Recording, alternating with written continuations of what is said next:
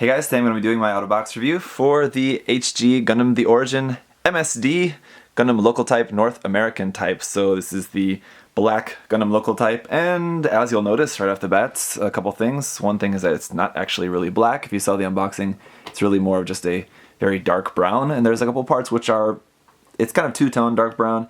The darker dark brown is pretty close to black, but for the most part it's just that really dark brown color there. The other thing you'll notice is that I have put most of the stickers on here. I didn't go in and put all of the little tiny ones on there, but I put all of the orange lining ones on and then some of the other markings and things like that. And I did take some creative liberties as well. Some of them that I put on are not actually according to the guide. I put a few on there that were just kind of where I thought they would look good for some of them. So anyway, that's just basically to show you guys how those are going to look on the kit. The orange lining ones, I think for the most part actually look kind of okay. If you were planning on using those, but I'm still really hoping that maybe in Bandai's next round of waterside, like 1/44 scale waterside decals that they release, that hopefully that will include waterside decals for this kit. That's what I hope, and that's what, due to the fact that this is a standard release kit, I'm kind of thinking that maybe they will, but who knows, we'll have to see. My fingers are crossed though for that. In the meantime, this is just a really nice kit. So I pretty much already reviewed this kit entirely, very much like the HG Build Fighters Lightning Black Warrior that I just reviewed previously. This is just a recolor with a new weapon, and that's pretty much it. In this case, at least this one does also come with different stickers, but that again may be something that would not really count for much for some people. But yeah, this is just a recolor of the Gundam Local Type, and it has a new weapon. In this case, it's basically a whole new backpack. It is a whole new backpack, and that new backpack includes its new weapon, the shoulder-mounted cannon. Now, one thing I have seen a lot of people talking about is like, when are we going to get an Origin RX-7802, like a 1/44 scale version of the Master Grade that we got a little while ago? I wouldn't really look to this kit for that. I mean, there's really not much of this kit that they really could use for that. Some parts of it, but they would still have to make almost an entirely new kit from this in order to make that. So I'm still hoping that they will make that kit in HG, in the HG The Origin line, but just because we have this, I don't think that exactly takes us too much closer to that mold in particular. But let's get a look at some of the articulation here quickly. But like I said, I have already reviewed this kit, so you can go back and see my previous review. I probably went over the articulation in more detail than what I will now, but we'll just go through this. One thing I will mention is about the clear red piece, the visor there on the head. You can see there's a foil sticker for the eyes inside there.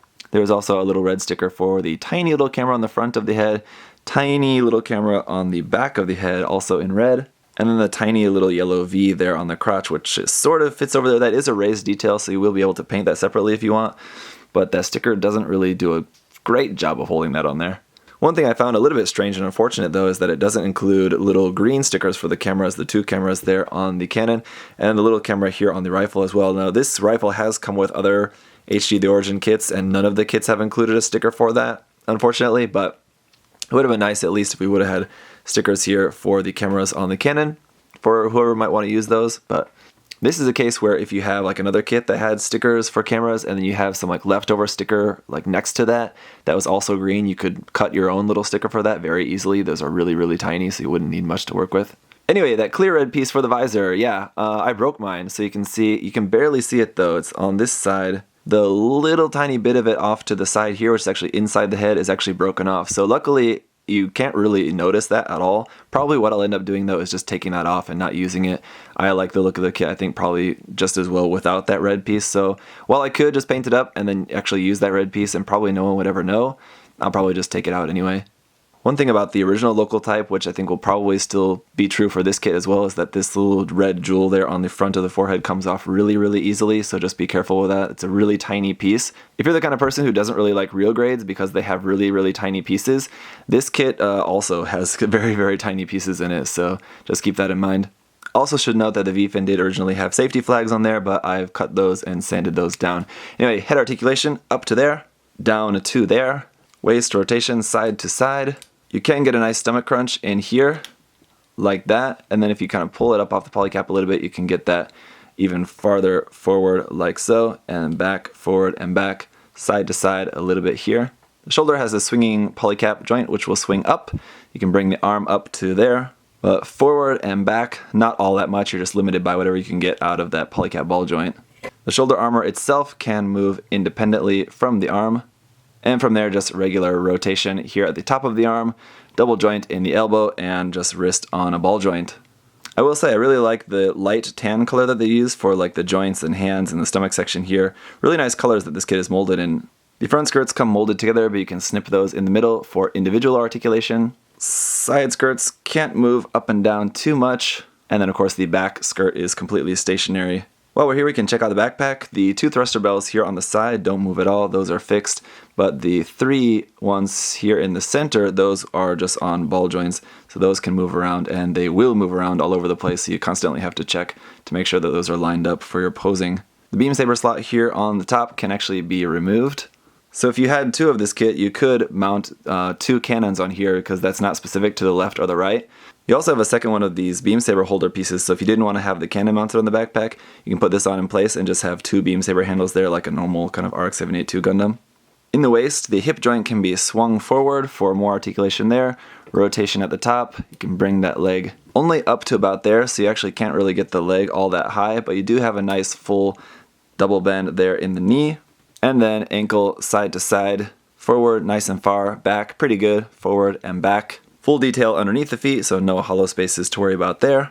So overall, very nice details and articulation. Just my one biggest complaint about this kit is just the fact that the ankle armor is not independent. It's just molded together with the lower leg. It's really not all that noticeable, but it definitely would matter if you were trying to move the ankle armor in any way, or if you were trying to hide the fact that it's just all molded together there.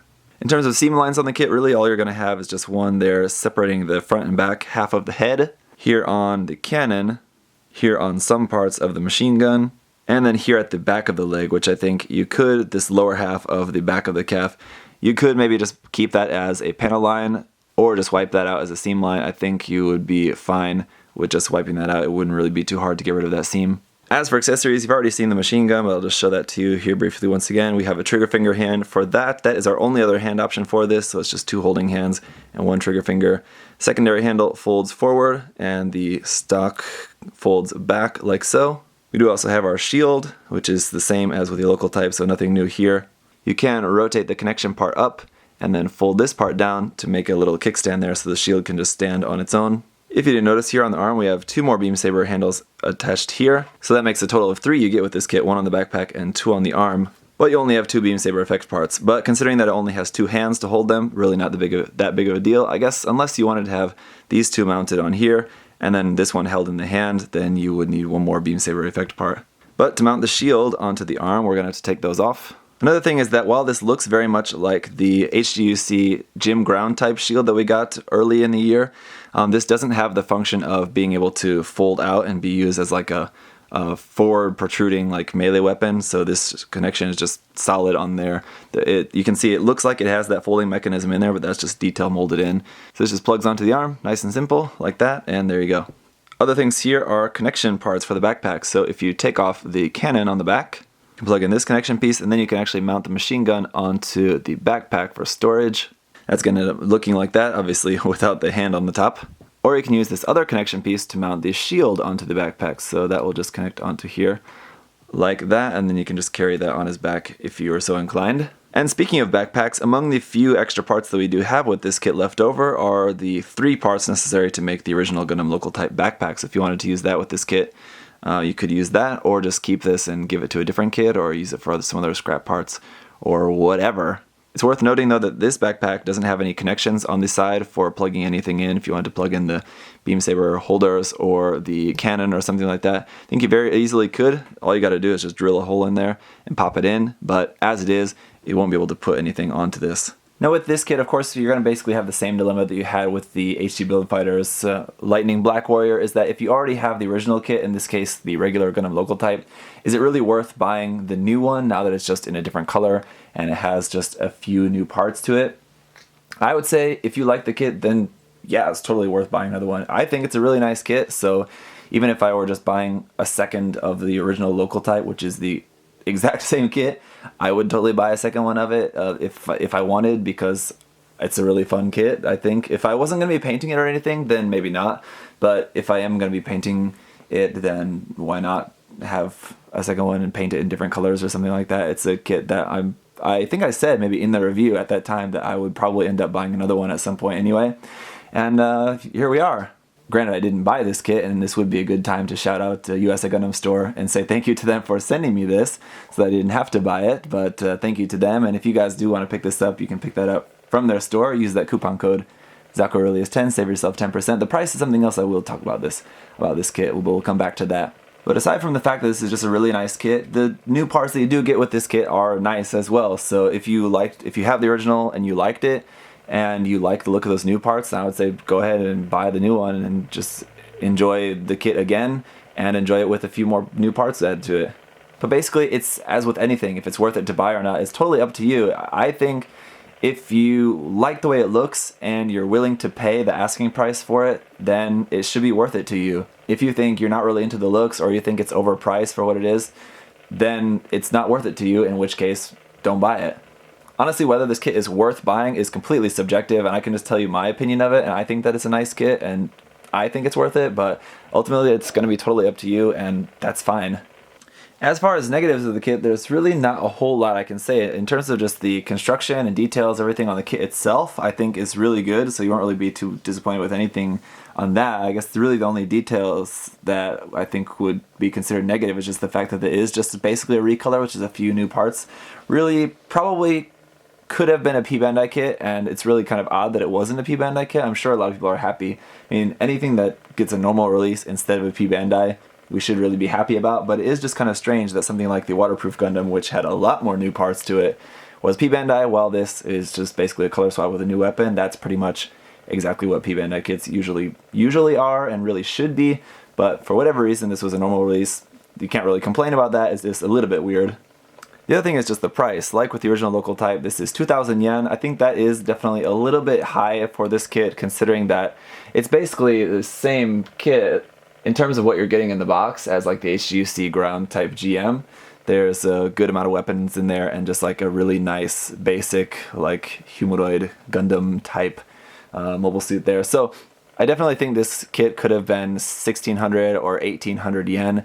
2,000 is a little bit high, but like I said, it is a really nice kit. So if you like the look of it, then I think you should just bite the bullet, pay a little bit more for this kit because it is a nice kit. You won't be disappointed. If you do plan on painting the kit as well, like I mentioned before, with having very few seam lines involved with it, it's going to be a really fun and easy kit to paint, I think.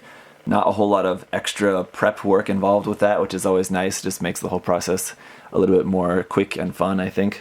So as I'm sure you can tell, I'm very happy with this kit. I like it. I really enjoyed the Gundam Local Type, and so I like this one as well. I'm glad that we got that new back cannon. That's one of my favorite parts about the Master Grade Gundam The Origin is that cannon on the backpack, so I was really happy that we were getting this in HG scale. The HG The Origin line in general has been pretty great overall.